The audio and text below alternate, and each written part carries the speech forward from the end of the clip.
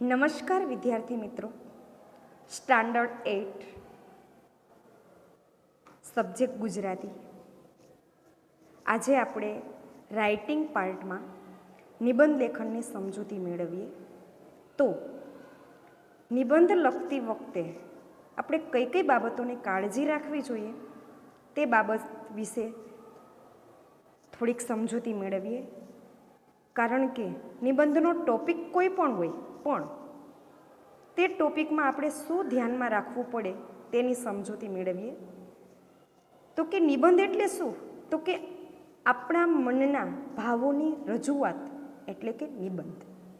લખતી વખતે આપણને કંઈ બંધન ન હોય, નિબંધ લખતી વખતે કંઈ બંધન ન હોય, લખાણ લખતી વખતે કંઈ બંધન ન હોય, તેને કહેવાય નિબંધ. તો આ જ નિબંધમાં કોઈ પણ કંઈ બંધન હોતું નથી. ત્યારે એ જ નિબંધ લખતી વખતે આપણે કઈ બાબતોની કાળજી રાખવી જોઈએ, સૌપ્રથમ તેની સમજૂતી મેળવીએ. તો સૌપ્રથમ તો જે આપેલા નિબંધ છે એમાંથી તમારો જે મનગમતો વિષય છે, તમે સારામાં સારું કયા વિષય ઉપર લખાણ લખી શકો તે વિષયની પસંદગી કરવાની અને એને અનુરૂપ મુદ્દા તૈયાર કરવાના. નિબંધની શરૂઆત આકર્ષક અને વિષયલક્ષી હોવી જોઈએ. જે વિષય તમે પસંદ કર્યો છે તેને અનુરૂપ પહેલાં વ્યવસ્થિત શોર્ટમાં મુદ્દા તૈયાર કરવાના. કોઈ કેરેક્ટર છે, કોઈ ઋતુ વિશે લખવાનું છે, કોઈ તહેવાર વિશે લખવાનું છે, અથવા તો બીજા કોઈ ટોપિક વિશે લખવાનું છે, તો સૌપ્રથમ તમે શોર્ટમાં 6 થી 7 શબ્દોમાં જ પહેલાં એના મુદ્દા તૈયાર કરવાના કે મારે શેના વિશે લખવાનું છે. અને આ જ નિબંધની શરૂઆત આકર્ષક અને વિષયને અનુરૂપ હોવી જોઈએ. તમે લખો છો તહેવાર વિશે, પણ તમારી શરૂઆત કોઈ ઋતુ વિશે થાય તો યોગ્ય ગણાય નહીં. મુદ્દાવાર અલગ અલગ ફકરા પાડીને વિષયની ચર્ચા કરો. જે તમે મુદ્દા નક્કી કરો છો તે જ મુદ્દાને યોગ્ય પેરેગ્રાફમાં ગોઠવો અને ત્યાર પછી લખવાની શરૂઆત કરો. યોગ્ય પેરેગ્રાફમાં લખવાની શરૂઆત કર્યા બાદ જે સેન્ટેન્સ લખો છો તે સેન્ટેન્સમાં અવતરણ ચિહ્ન અને સુભાષિતનો ઉપયોગ કરો. અવતરણ ચિહ્ન એટલે કે કોઈના બોલાયેલા વાક્ય આપણે ઇન્વર્ટેડ કોમામાં મૂકવા પડે. સુભાષિત એટલે કે સારું બોલાયેલું, કે ઘણી વખત સુવિચાર છે કે કોઈના બોલાયેલા સૂત્ર છે, જ્યારે આપણે નિબંધમાં ઉપયોગ કરવાનો હોય ત્યારે તેને આપણે ઇન્વર્ટેડ કોમામાં મૂકવા પડે. ત્યારબાદ નિબંધનું બિનજરૂરી લંબાણ ન કરો, એટલે કે જરૂર વગરનું લખાણ લખશો નહીં. અને તમે જે વિચાર અને તમારા જે ભાવ મનની અંદર જે આવે છે તે તમે જ્યારે લખો છો તે લખતી વખતે તે વારંવાર પુનરુક્તિ કે વારંવાર તે બોલાય નહીં, એટલે કે લખાય નહીં, તેનું ધ્યાન રાખો. નિબંધની ભાષા વ્યાકરણની દ્રષ્ટિએ શુદ્ધ હોવી જોઈએ. જે સેન્ટેન્સ લખો છો તે સેન્ટેન્સ એક અર્થસભર અને વ્યવસ્થિત વ્યાકરણની દ્રષ્ટિએ, એટલે કે યોગ્ય વ્યાકરણ મતલબ યોગ્ય સંજ્ઞા, એને ક્રિયાપદ, ત્યારબાદ વિશેષણ, તેનો યોગ્ય ઉપયોગ થયેલો હોવો જોઈએ. જોડણી અને વિરામ ચિહ્નોનો ખ્યાલ રાખો. તમે જે સેન્ટેન્સ લખો છો તે સેન્ટેન્સની અંદર કોઈ પ્રશ્નાર્થવાળું વાક્ય હોય તો તેને પાછળ પ્રશ્નાર્થ ચિહ્ન આવે, અથવા તો વાક્યને અંતે વધારે પડતો પૂર્ણ વિરામનો ઉપયોગ થાય તો વાક્ય જ્યાં પૂરું થાય ત્યાં પૂર્ણ વિરામ, કોઈ ઉદ્ગાર ચિહ્ન, તો આવા યોગ્ય વિરામ ચિહ્નોનો ઉપયોગ કરવો. હવે આપણે જે યુનિટ 1 સેક્શન ડી, જેમાં સેક્શન ડીમાં જે નિબંધની આપણે પ્રિપેરેશન કરવાની છે તેનો નિબંધ લેખન 1 દુષ્કાળ એટલે કે દુકાળ પણ એને આપણે કહી શકીએ, તેના વિશેની સમજૂતી મેળવીએ. તો દુષ્કાળ એટલે શું? કે જ્યારે ચોમાસામાં વરસાદ ઓછો પડે તેને આપણે દુષ્કાળ કહીએ છીએ.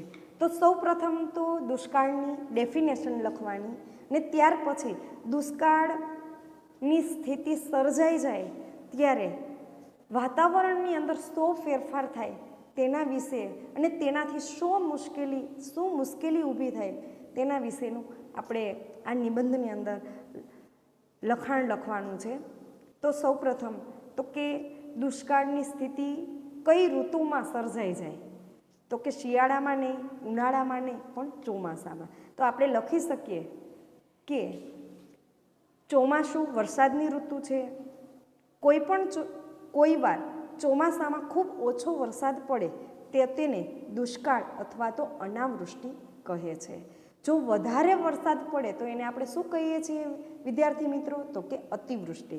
પણ ઓછો વરસાદ પડે ત્યારે આપણે એને અનાવૃષ્ટિ કહીએ છીએ. વરસાદ પડે નહીં એટલે કે ખેતરમાં અનાજ પાકે નહીં. ટૂંકમાં અનાજ ઉગે નહીં, પાકે નહીં મતલબ અનાજ ઉગે નહીં. અનાજની ભયંકર અછત ઊભી થાય. એટલે કે જ્યારે વરસાદ ખૂબ ઓછો પડે અને ખેતરની અંદર અનાજ પાકે જ નહીં તો શું થાય? અછત ઊભી થાય. એટલે કે અનાજની મુશ્કેલી ઊભી થાય, અનાજ આવે જ નહીં. બીજા રાજ્યોમાંથી કે પરદેશમાંથી અનાજની આયાત કરવી પડે. એટલે કે આપણા રાજ્યમાં કે આપણા દેશમાં જ્યારે ખૂબ ઓછો વરસાદ પડે ત્યારે અનાજ ઉગે જ નહીં. એટલે આપણે બીજા રાજ્યમાં જો વધારે વરસાદ હોય અને અનાજ ત્યાં ઉગેલું હોય તો તે અનાજ આપણે ત્યાંથી મંગાવવું પડે, એટલે કે આયાત કરવું પડે. આપણા દેશમાંથી જ્યારે બીજા દેશમાં આપણે કંઈ પણ વસ્તુ કે કંઈ મોકલાવીએ તો તેને આપણે નિકાસ કહીએ છીએ. પરિણામે ખૂબ અનાજ મોંઘું થાય. વરસાદ ન પડે એટલે ઘાસ ન ઉગે અને ઘાસની અછત પણ ઊભી થાય. કેટલાય ઢોર ઘાસચારો અને પાણી ન મળતા મૃત્યુ પામે. એટલે કે કેટલાય ઢોર છે, જે પશુઓ છે, તેને ઘાસચારો ન મળે, પાણી ન મળે તો કે મૃત્યુ પામે. અને કૂવા, વાવ, તળાવ, નદી વગેરે જળાશયોમાં પાણી ઊંડા જાય અથવા તો સુકાઈ જાય. ઘણી વખત વરસાદ પડે જ નહીં તો કૂવામાં જે પાણી છે તે કૂવા, વાવ એટલે કે પગથિયાવાળો કૂવો એને કહેવાય વાવ. આવા તળાવ, નદી એની અંદર છે તેમાં પાણી સુકાઈ જાય અને લોકોને પણ પાણી માટે વલખા મારવા પડે. એટલે વલખા મારવા પડે એટલે કે ખૂબ જ મુશ્કેલી ઊભી થાય. આથી ઝાડપાન પણ સુકાઈ જાય, વૃક્ષો પણ સુકાઈ જાય છે. પશુ પંખીઓ માટે જીવવું આકરું થઈ જાય. એટલે કે એ લોકોનું જીવન પણ ખૂબ જ બોજારૂપ એટલે કે મુશ્કેલીરૂપ થઈ જાય છે. ખેતરો, સીમ બધું ઉજ્જડ એટલે કે વેરાન થઈ જાય છે. આ બધા કારણોથી ગરમીનું પ્રમાણ ખૂબ વધી જાય છે. આપણે અત્યારે જ વરસાદ નથી અને જે ગરમીનું પ્રમાણ જે આપણે અનુભવીએ છીએ તે આપણને બધાને ખબર જ છે કે કેટલી બધી ગરમીનું પ્રમાણ વાતાવરણની અંદર છે જ. અછતના સમયમાં ધંધા રોજગાર પણ ઓછા થઈ જાય છે. એટલે કે મુશ્કેલીનો સમય આવે, વરસાદ ખૂબ ઓછો પડે, અનાજ ઉગે નહીં, ત્યારે ધંધા રોજગાર એટલે કે જે ગુજરાન ચલાવવા માટે ધંધા અને વેપાર છે તે ખૂબ ઓછો થઈ જાય અને પરિણામે ચોરી અને લૂંટફાટ વધી જાય છે. બેકારીનું પ્રમાણ સર્જાઈ જાય છે. દુકાળના વખતમાં સરકાર, સેવાભાવી સંસ્થાઓ લોકોને સહાય પણ કરે છે. અનેક ગામોમાં ટેન્કરો દ્વારા પીવાના પાણી પણ પહોંચાડવામાં આવે છે. સરકાર લોકો માટે રાહત કામો શરૂ કરે છે. અમુક જગ્યાએ લોકોને પૈસા મળી રહે, લોકોના ઘરનું ગુજરાન ચાલે તે માટે ખોદકામ છે કે બીજા ઘણા બધા રાહત કામો પણ શરૂઆત કરે છે. મૂંગા ઢોર માટે ઘાસ અને પાણીની વ્યવસ્થા પણ કરવામાં આવે છે. આમ દુષ્કાળ એક માનવ સર્જિત આફત નથી પણ એક ભયંકર કુદરતી આફત છે. નિબંધ લેખન 2 મારો દેશ ભારત. આપણા ભારત દેશ વિશેની સમજૂતી મેળવીએ તો કે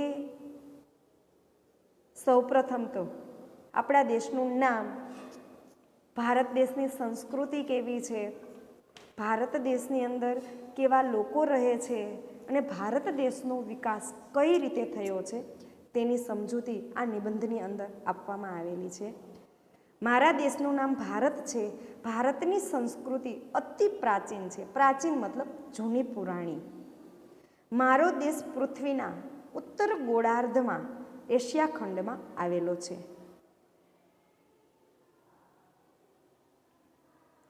તેની 3 બાજુ સમુદ્ર અને ઉત્તરે હિમાલય પર્વત આવેલો છે. તેની પશ્ચિમે ટૂંકમાં ચારેય દિશાની અંદર, ભારત દેશની અંદર ચારેય દિશાની અંદર શું આવેલું છે? તે કુલ 7 ખંડો છે. તે 7 ખંડમાંથી આપણો ભારત દેશ છે તે એશિયા ખંડમાં આવેલો છે. ટૂંકમાં તેની 3 બાજુ સમુદ્ર છે, એની ઉત્તરે હિમાલય પર્વત આવેલો છે, તેની પશ્ચિમે અરબી સમુદ્ર, દક્ષિણે હિન્દ મહાસાગર અને પૂર્વમાં બંગાળનો ઉપસાગર આવેલો છે. હવે મારા દેશમાં વિવિધ ધર્મના, વિવિધ જાતિના લોકો રહે છે. કે કોઈ એક જ ધર્મ પાળતા કે એક જ જાતિના લોકો નહીં, પણ વિવિધ ધર્મ, મુસ્લિમ ધર્મ, ખ્રિસ્તી ધર્મ, હિન્દુ ધર્મ, આવા વિવિધ ધર્મ પાળતા લોકો રહે છે અને વિવિધ જાતિના લોકો પણ રહે છે. મુસ્લિમ, ખ્રિસ્તી, હિન્દુ આ બધાય ધર્મ પાળતા લોકો અને અનેક જાતિના લોકો રહે છે. તેમની ભાષા, પોશાક, ખોરાક અને રહેણી કરણી મતલબ રીતભાતમાં વિવિધતા છે. છતાં વિવિધતા મતલબ તે બધામાં જુદાપણું છે. છતાં એ સૌમાં એકતાની ભાવના છે. તે લોકો હળીમળીને રહે છે. મારા દેશની રાષ્ટ્રભાષા હિન્દી છે. મારા દેશનું પાટનગર મતલબ કેપિટલ દિલ્હી છે. મારા દેશનું રાષ્ટ્રગીત જન ગણ મન છે.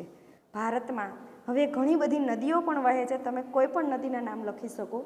ગંગા, યમુના, બ્રહ્મપુત્રા, કાવેરી, નર્મદા અને તાપી જેવી કેટલીક નદીઓ પણ વહે છે.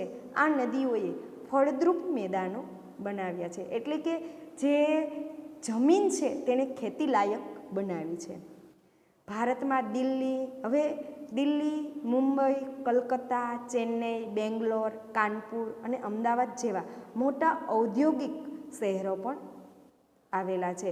એટલે કે આ બધા શહેરોની અંદર વધારે પડતા ઉદ્યોગોનો વિકાસ થયેલો છે. પૃથ્વી પરનું સ્વર્ગ ગણાતું કાશ્મીર હિમાલયની ગિરિમાળાઓમાં આવેલું છે. તેનું કુદરતી સૌંદર્ય અદ્ભુત છે. ભારતમાં તાજમહાલ, કુતુબ મિનાર, લાલ કિલ્લો, મીનાક્ષી મંદિર, દેલવાડાના દેરા, અજંતા ઇલોરાની ગુફાઓ જેવા અનેક જોવાલાયક સ્થળો પણ આવેલા છે. ટૂંકમાં ભારતની અંદર ઘણા બધા જોવાલાયક સ્થળો છે, પણ જે ફેમસ છે તે પ્લેસ અહીં લખેલા છે. આપણા દેશમાં તો કે ગાંધીજી, સરદાર વલ્લભભાઈ પટેલ, સુભાષચંદ્ર બોઝ, રામકૃષ્ણ પરમહંસ, સ્વામી વિવેકાનંદ, મહર્ષિ અરવિંદ, દયાનંદ સરસ્વતી, રંગ અવધૂત જેવા અનેક મહાપુરુષો પણ થઈ ગયા છે. આ બધા મહાપુરુષો એટલે કે દેશનો વિકાસ કરવા માટે આ ઘણા બધા લોકોનો મહાન ફાળો આપેલો છે. તો તેવા તમે એવી કોઈ પણ વ્યક્તિના નામ અહીંયા લખી શકો. 15મી ઓગસ્ટ 1947ના રોજ આપણો દેશ આઝાદ થયો. હવે આઝાદ થયા પછી આપણા ભારત દેશે શું વિકાસ કરેલો છે, કે ઘણી બધી પ્રગતિ કરેલી છે. તો કે કયા ક્ષેત્રે પ્રગતિ કરેલી છે? તો કે ખેતીમાં હરિયાળી ક્રાંતિ થઈ છે. તો કે ખેતીની અંદર ઘણો બધો વિકાસ થયો છે. ડેરી ઉદ્યોગમાં પણ ઘણો બધો વિકાસ થયેલો છે. ક્રાંતિ મતલબ વિકાસ. કોમ્પ્યુટર અને માહિતી ક્ષેત્રે પણ ઘણો બધો વિકાસ થયેલો છે. ઉદ્યોગોનો ઘણો બધો વિકાસ થયો છે. લોકો મોટા પ્રમાણમાં શિક્ષણ લેતા થયા છે, મતલબ એજ્યુકેશન લેતા થયા છે. પરંતુ હજુ પણ આપણા દેશની ગરીબી દૂર થઈ નથી. તે પણ દૂર થશે એવી મને શ્રદ્ધા છે, વિશ્વાસ છે. મને મારા દેશ માટે ગર્વ છે, એટલે કે અભિમાન છે. જય ભારત, જય હિન્દ. થેન્ક યુ વિદ્યાર્થી મિત્રો.